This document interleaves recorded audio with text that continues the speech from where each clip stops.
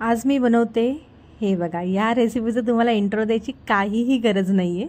एक लहानपणीची आठवण, ती म्हणजे ठेल्यावाल्याची मलाईदार अशी कुल्फी.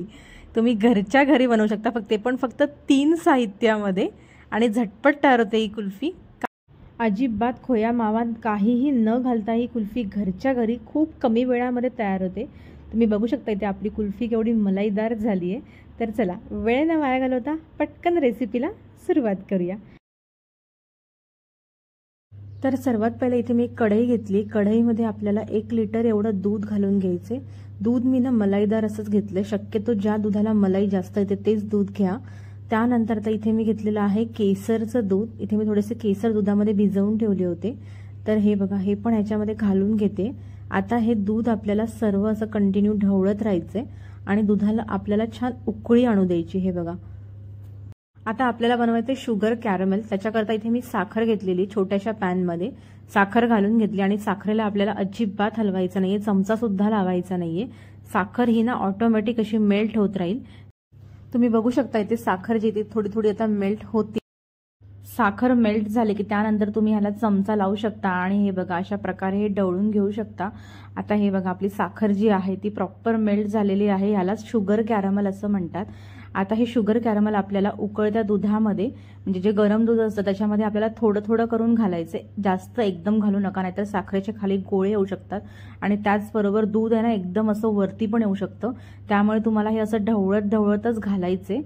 हे बघा, अशा प्रकारे मी घालते, तसंच हळूहळू असं ढवळत घालायचे. आता हे दूध आपल्याला प्रॉपर असं सर्व मिक्स करून घ्यायचे. आता तुम्ही बोलणार की डायरेक्ट साखर का नाही घातली. ह्या शुगर कॅरमेलने ना आपल्या कुल्फीला प्रॉपर असा कुल्फीचा टेक्स्चर आणि टेस्ट दोन्ही येते.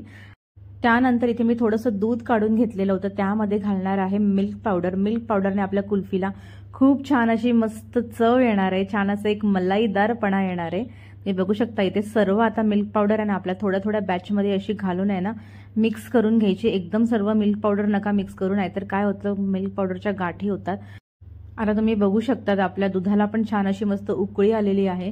आता ह्यामध्ये आपण मिल्क पावडर दूध केलेलं होतं ना ते घालून घेऊया. तुम्ही ह्या जागी इथे पार्ले बिस्किट सुद्धा घालू शकता. पार्ले बिस्किट आणि मिल्क पावडरने आपल्या कुल्फीला खूप छान असा मस्त मलाईदारपणा येतो. आता हे मिल्क पावडर घातल्याच्या नंतर आपण असं व्यवस्थित हे मिक्स करून घेऊया. त्याचबरोबर इथे माझ्याकडे आहे थोडीशी काजू बदाम पिस्त्याची पावडर करून घेतली होती मी. ते मी 1 ते 2 चमचे ह्यामध्ये घालून छान ढवळून घेते.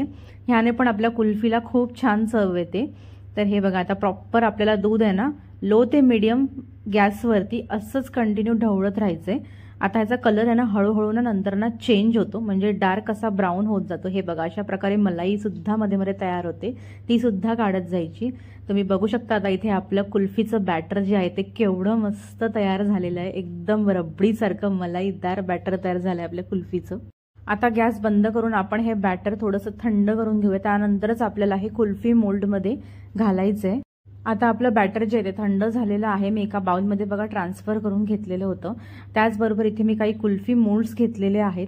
त्यामध्ये आता हे बॅटर थोडं थोडं करून भरून घेणार आहे. तुमच्याकडे जर हे कुल्फी मोल्ड्स नसतील तर तुम्ही या जागी घरातल्या ग्लास किंवा वाट्यांमध्ये सुद्धा ही कुल्फी छान सेट करू शकता.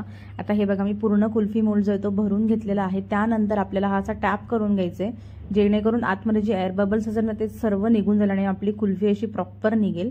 तर हे सर्व टॅप केल्याच्या नंतर आपल्याला ह्याला झाकण लावून घ्यायचं. तर हे बघा, आता मी या कुल्फी मोल्डला झाकण लावून घेते आणि हे आता मोल्ड्स आपल्याला 10 ते 12 तास फ्रीजरमध्ये छान सेट करायला ठेवून द्यायचे. तर आता मी हे फ्रीजरमध्ये सेट करायला ठेवून देते. आता भेटूया आपण 10 ते 12 तासानंतर. तर हे बघा, आता 10 तासानंतर मी कुल्फी मोल्ड फ्रीजरमधून काढून घेतलेले आहेत.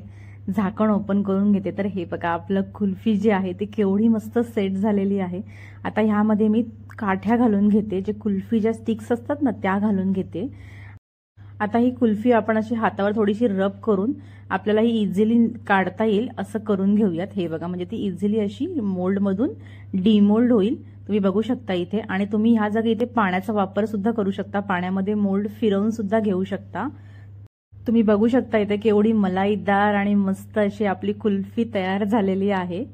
तर जर तुम्हाला ही रेसिपी आवडली असेल तर प्लीज व्हिडिओला एक लाईक, शेअर आणि सबस्क्राईब करा.